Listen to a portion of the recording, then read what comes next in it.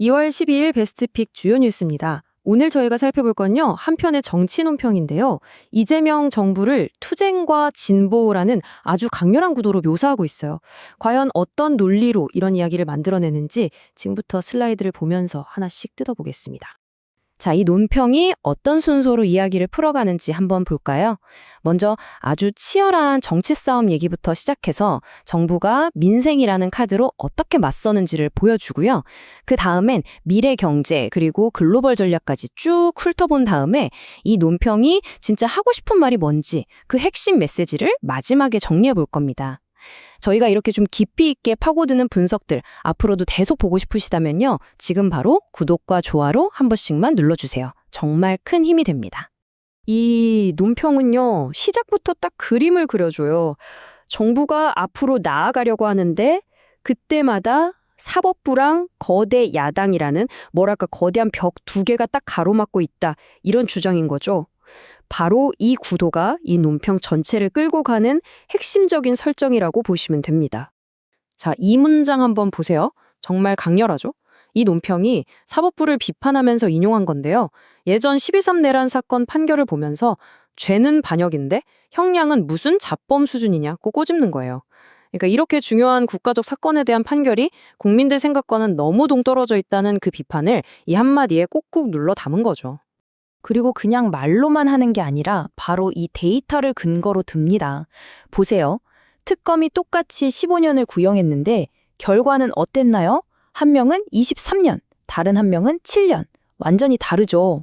이 논평은 바로 이 지점을 파고들면서 이게 바로 판결의 일관성이 없는 고무줄잣대 사법의 증거라고 주장하는 겁니다. 사법부 얘기 다음엔 이제 칼끝이 정치권으로 향합니다. 혹시 기억나세요? 대통령하고 오찬 약속을 했는데 1시간 전에 야당 대표가 갑자기 취소했던 일 말이요. 논평은 이걸 그냥 해프닝으로 보지 않아요. 이건 의도적으로 우린 협치 안 하겠다고 보여준 신호다. 이렇게 해석을 하는 거죠. 그리고 이 논평이 기득권의 저항이라고 이름 붙인 또 다른 사례가 바로 김건희 여사의 법적 대응입니다. 30페이지짜리 항소 이유서라든지 옥중에서 보냈다는 편지 같은 것들을 언급하는데요. 이런 행동들이 반성의 모습이 아니라 오히려 사법체계에 맞서려는 시도다. 이렇게 아주 날카롭게 비판하고 있습니다. 자, 이렇게 사법부, 정치권하고 막 부딪히는 험악한 분위기 속에서 그럼 정부는 어떻게 대응하고 있냐? 이 논평은 이제 그쪽으로 시선을 돌립니다. 그 해법으로 제시하는 게 바로 민생 제의 정책이에요. 복잡한 정치 싸움에 휘말리는 대신에 그냥 우리들, 국민들 먹고 사는 문제에 직접 파고들어서 이 상황을 뚫고 나가려 한다는 거죠. 그 대표적인 예로 꺼내든 단어가 정말 귀에 쏙 박힙니다. 바로 등골 브레이커. 다들 아시죠? 부모님 등골 휘게 할 만큼 비싸다는 뜻이잖아요. 이 논평은 요즘 교복이 딱 그런 등골 브레이커가 되어버렸다고 지적하는 거예요. 그리고 이게 얼마나 심각하냐면 바로 이 숫자, 60만 원. 교복 한 벌 값이 거의 60만 원에 육박한다는 거예요. 논평에 따르면 상황이 이렇다 보니 결국 대통령까지 나서서 가격 조사를 지시하게 만들었다는 거죠. 이런 민생 우선 기조는 교복에서 끝나지 않습니다. 논평은 여러 사례를 드는데요. 탈모 치료에 건강보험을 적용해준다거나 생리대를 보편적으로 지급한다거나 또 다주택자 양도세 중과를 유예해주고 생애 최초 주택 구매자를 위해 실거주 의무를 밀어주는 부동산 대책까지. 뭐랄까 거창한 얘기보다는 진짜 우리 삶에 바로 와닿는 이런 정책들을 계속 내놓고 있다. 이게 정부의 방향성이다. 이렇게 강조하는 거죠. 자, 이렇게 당장의 민생 문제를 챙기는 것에서 더 나아가서 이제 논평은 대한민국의 미래 먹거리로 시선을 옮깁니다. 특히 반도체나 AI 같은 첨단 기술을 가지고 어떻게 미래를 준비하고 있는지 그 큰 그림을 보여주기 시작합니다. 예를 들어 삼성전자가 세계 최초로 HBM4 메모리를 양산한다는 발표. 이 논평은 이걸 그냥 기술 뉴스 하나 나왔네 정도로 보지 않아요. 이게 바로 우리 경제의 미래를 밝히는 신호탄이라는 거죠. 정말 치열한 글로벌 기술 전쟁에서 우리가 다시 한번 치고 나간다는 걸 보여주는 아주 상징적인 사건으로 평가하고 있습니다. 그리고 그 효과는 바로 숫자로 나타났다고 주장합니다. 바로 5,500. 이 논평에 따르면 바로 그 삼성전자 소식이 코스피 지수를 사상 처음으로 5,500선 위로 끌어올리는데 중요한 역할을 했다는 겁니다. 그런데 이 논평은 여기서 한 걸음 더 나아가요. 이런 엄청난 기술 발전이 그냥 특정 기업의 돈벌이로 끝나면 안 된다는 거죠. 그래서 AI 기본사회라는 개념을 제시합니다. 이게 뭐냐면 AI 기술이 결국 우리 모두의 데이터랑 지식을 바탕으로 만들어진 거니까 국민 공동자산으로 보자는 거예요. 그리고 거기서 나오는 이익은 모든 국민이 함께 나눠야 한다는 아주 새로운 아이디어입니다. 근데 문제가 있습니다. AI 시대로 가려면 어마어마한 전기가 필요하거든요. AI 데이터 센터가 전기를 엄청나게 먹으니까요. 그럼 이 에너지 다 어디서 가져올까요? 이 논평이 제시하는 해답이 바로 SMR, 소형 모듈 원자로입니다. 최근에 통과된 SMR 특별법이 바로 이 폭발적인 에너지 수요를 해결할 근본적인 대책이 될 거라고 보는 거죠.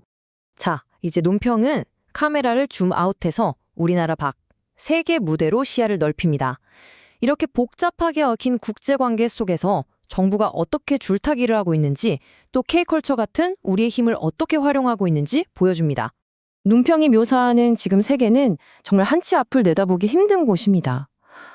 중국이랑 유럽연합은 무역전쟁 중이고, 미국에선 트럼프가 다시 나올지도 모른다고 하고, 중동은 여전히 불안하고, 우크라이나 전쟁은 벌써 4년째잖아요. 말 그대로 살얼음판을 걷는 것 같은 이런 상황 속에서 우리 외교가 얼마나 힘든 과제를 안고 있는지를 보여주는 거죠. 뜬구름 잡는 얘기가 아니라는 걸 보여주려고 이런 구체적인 숫자도 제시합니다. 11.7%. 이게 뭐냐면 중국이 유럽연합산 유제품에 매긴 보복 관세율이에요. 이런 식의 실제 무역 분쟁 한가운데 우리가 놓여 있다는 걸 딱 보여주는 거죠. 자, 이렇게 외교나 무역 같은 하드파워 얘기에서 이제는 K컬처라는 소프트파워 이야기로 넘어옵니다. 최근에 아주 화제가 됐던 사건이죠. 민희진 대표가 하이브를 상대로 법적 분쟁에서 이긴 일이요. 이 논평은 이걸 그냥 한 개인의 승리로 보지 않아요. 거대한 자본에 맞서서 창작자의 권리를 지켜낸 K-팝 산업의 아주 중요한 터닝포인트였다. 이렇게 의미를 부여합니다. K컬처의 힘이 어디까지 뻗어나가고 있는지를 보여주는 정말 멋진 사례도 소개하는데요. 바로 블랙핑크랑 국립중앙박물관이 손을 잡은 일입니다. 한번 상상해보세요. 세계 최고의 K-팝 그룹 멤버들이 우리 고대 유물을 설명하는 오디오 가이드로 참여하는 거예요. 전 세계 팬들이 이걸 듣겼죠. 이 논평은 이걸 전통과 현대가 만나서 만들어낸 최고의 시너지다. 이렇게 보고 있습니다. 자, 그럼 지금까지 나온 이 모든 조각들을 한번 맞춰볼까요? 이 논평이 결국 하고 싶었던 진짜 핵심 메시지는 과연 뭘까요? 결국 이 논평의 핵심 주장은 아주 선명한 대결 구도입니다. 한쪽에는 사법부, 야당, 기득권으로 대표되는 저항이 있고요. 다른 한쪽에는 거기에 맞서서 민생을 챙기고 AI 같은 혁신으로 미래를 열고 또 K컬처로 세계로 뻗어나가는 대응이 있다는 거죠. 바로 이 저항에도 불구하고 진보한다는 것, 이게 이 논평이 말하려는 핵심 서사인 셈입니다. 자, 오늘 이 논평을 쭉 뜯어봤는데요. 마지막으로 이런 생각을 해볼 수 있을 것 같아요. 이렇게 세상에서 일어나는 여러 사건들을 진보 대 방해 세력이라는 아주 명확한 이야기 틀에 맞춰서 설명하는 방식이요. 이런 강력한 서사가 여러분이 정치를 보고 세상을 이해하는데 과연 어떤 영향을 주고 있을까요? 정답은 없지만 한 번쯤 고민해 볼 만한 질문인 것 같습니다. 시청해 주셔서 감사합니다.